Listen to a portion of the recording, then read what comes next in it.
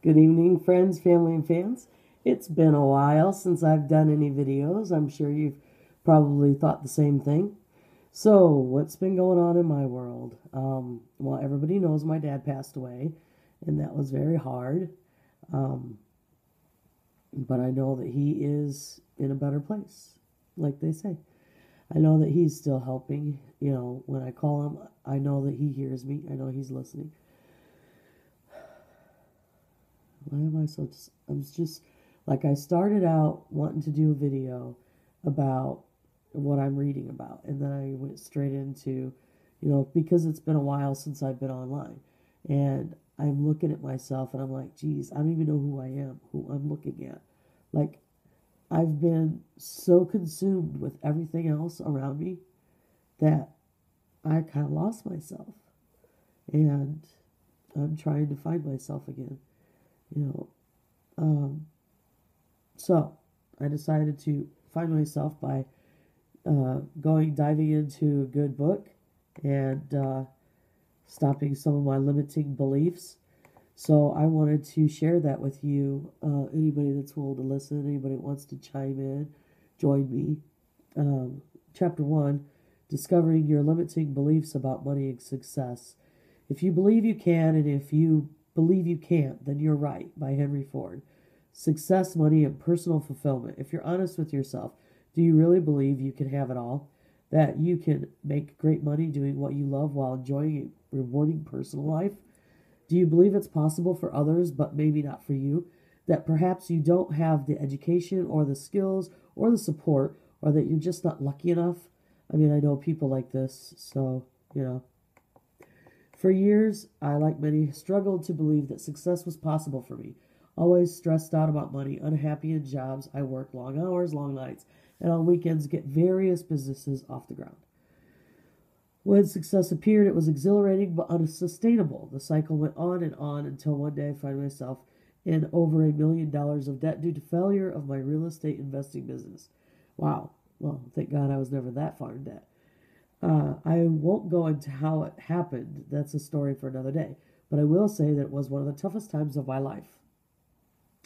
Overwhelmed and exhausted, I struggled to believe in myself and in my ability to succeed and achieve financial freedom in a way that would leave me feeling personally fulfilled and inspired by the work I was doing and the life I was living.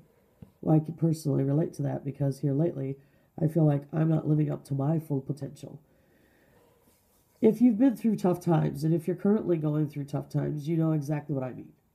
Financial stress adds so much pressure to everyday lives, clouding our ability to feel free and fulfilled, healthy, and energized. And if you stop to think about your finances right now, how do you feel that they limit you? I know that if I stop and think about my finances right now, I'm not real happy because I would like to help a lot of people, and I financially can't help them the way I would like to right now. But I have everything I could possibly want or need, so I can't complain.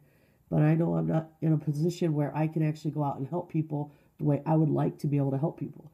I've always been a philanthropist by nature. I love to help people, and it saddens me when I can't, if I don't have the financial means, or, obviously I try to help people in other ways, but I like to try and help financially as well. So anyway, how have your finances affected your happiness, your sense of well-being, personal fulfillment? How have they impacted your relationships? Personally speaking, it wasn't until I took a look at what was going on internally that I realized why I had been stuck for so long. Well, at least he's not the only one that was stuck for so long. When I did that, I discovered my belief around money, work, myself, rich people, what it would take to be successful, and much more were dictating my life.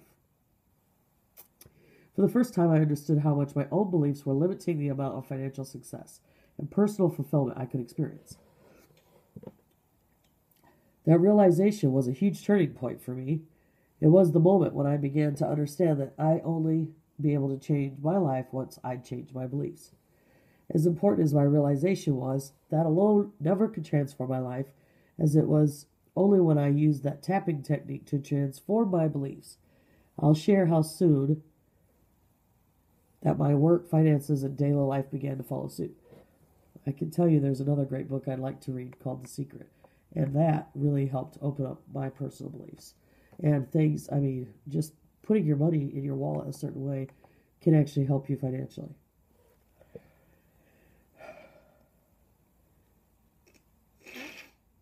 Because the truth is, even when you know your limiting beliefs are standing in your way, transforming them isn't always just about force feeding yourself positive beliefs. I'm a huge believer in positive thinking, but just positive thinking and thoughts often aren't sufficient to overwrite limiting beliefs in a deep and lasting way. The fact is, belief around money, success, happiness are so deeply ingrained that they look and feel like the truth. They're often connected to deep emotions and sometimes old buried memories as well. Until we're able to access these deeper roots of our beliefs, transforming them can be... what's he going to say next? Sorry, my mouse is missing and I have a little sinus thing going on. So, pardon me if I don't sound that great. So anyway, I feel like a long, slow climb up a large, steep mountain. And while I was more than willing to put in time and effort to transform my beliefs, spending years, even decades working on it, it wasn't until what I wanted deep and lasting transformation. And I wanted it yesterday. And I can certainly relate. It asks, can you relate? Yes, I can relate because I feel like I'm not living up to my full potential. Because I personally know that I am a healer, that I have healing hands. And these hands, I can help heal so many people, but I don't have a certification. And so I want to go get my certification to help heal people legally. But I have a gift, and I often have people sign waivers that, they won't sue me if, they don't feel better. But nine times out of 10, they feel better than they did before I touched them. And the 1% of people that say that they don't feel better have got more serious issues that I can help them with. So anyway, if you spend as many years as I did researching and reaching for success, abundance that's authentic to you or who you are, what you love to do and how you want to live your life, I'm sure that you know what I mean. The truth is, in order for positive beliefs to support you in living abundant and fulfilling life you deserve, you have to truly believe them, not just mentally, but emotionally as well as on a subconscious level. One of the fastest, most powerful ways to access the deeper roots of your belief, information that's often stored in the subconscious mind, is through the body. That's what makes the tapping technique I'll share so powerful. They don't just stuff new positive beliefs down your throat, hoping that your subconscious will follow suit. Instead, the techniques I'll share guide you toward a time-tested process of transformation that's both deeper and faster. The solutions I'll teach you in these pages will allow you to release old limiting beliefs and become mentally, emotionally invested in new and empowering beliefs. Once that happens, your entire life will transform, with your new empowering beliefs as deeply ingrained as your old ones once were. Your experience around work, money, success, and fulfillment naturally begin to support the abundant and fulfilling life that you deserve. The first step in this process of transforming your limiting belief is to identify them. Even if you think you already know what they are, I urge you to take the time to go through this list of 103 disempowering beliefs one at a time and be honest with yourself about how true belief feels. And I want to stress the word feels because that's where you get true measurement. You might have a conscious positive thinking belief, and I'm a good saleswoman or I'm a good salesman. But when you stop and read that statement out loud, how do you feel? How does it feel in your body? Am I a good salesperson? Well, I think I am. But it took me a lot of years to get that way. I didn't always feel that way. But I've been empowered through positive thinking, books like this, through the years. And I was able to be a stay-at-home mom for 13 years, work from my home selling Herbalife alone. And that was incredible to me, to be able to stay at home. I just was looking at my wages. And I was looking, and I've earned like just a little over $250,000 through self-employment. That, to me, that's pretty good, being a stay-at-home mom for a lot of years. Anyway, so I believe that I am a good salesperson. But when people say that out loud, how does it feel? Do you feel that way? Now, I'm not the average salesperson. I'm not a pushy salesperson. I want people to be attracted to me, and I want people to purchase from me because they trust what I'm saying to them, not because I want to make money from them. I want to be able to help them. And the people that have been successful are the ones that listened to me and did exactly what I told them to do And there's no greater joy, no amount of money that can pay for the satisfaction of being able to help someone else, help change their life forever.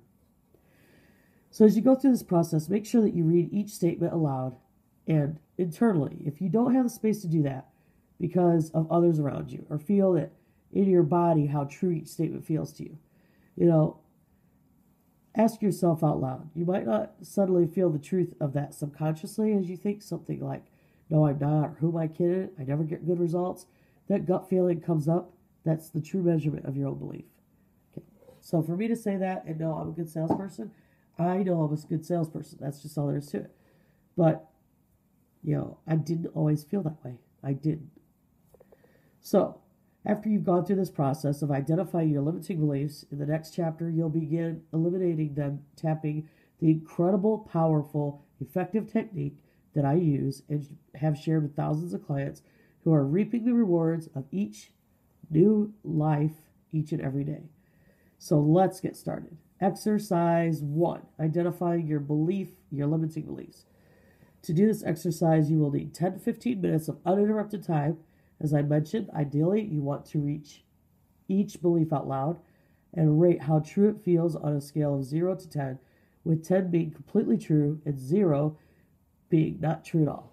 Now, earlier today on Facebook, I sent a copy of this out to all my friends, family, and fans. So if you receive that copy and you're going along with this in the book, feel free to download it. Feel free to read it yourself. If you want to continue to read it together, please go ahead and click on my YouTube channel, because I'm going to have to upload this to YouTube in order for me to put it on Facebook. It's too long already. For limiting beliefs, you rate, for instance, I'm not good with money. Well, I can tell you, I'm probably not the best with money because I like to spend money, but I also know I earn it, so I have that right. So, you'll then rate a related empowering belief. I am good with money according to how true it feels on a scale of 0 to 10. So on a scale of 0 to 10, I would say I'm probably at 8 with money because I've got my bills paid. I know where my limits are, but, I could be better. I'm not a 10, that's for sure. All right. So that's page 11, and here are the 103 disempowering and empowering beliefs about money and success. So go ahead and download your PDF file, and this is going to be starting on this is chapter 1, and it starts at page 12. And tomorrow we will pick up on the 103 disempowering and empowering beliefs about money and success. And until then, have a great night, and I'll see you tomorrow. Goodbye.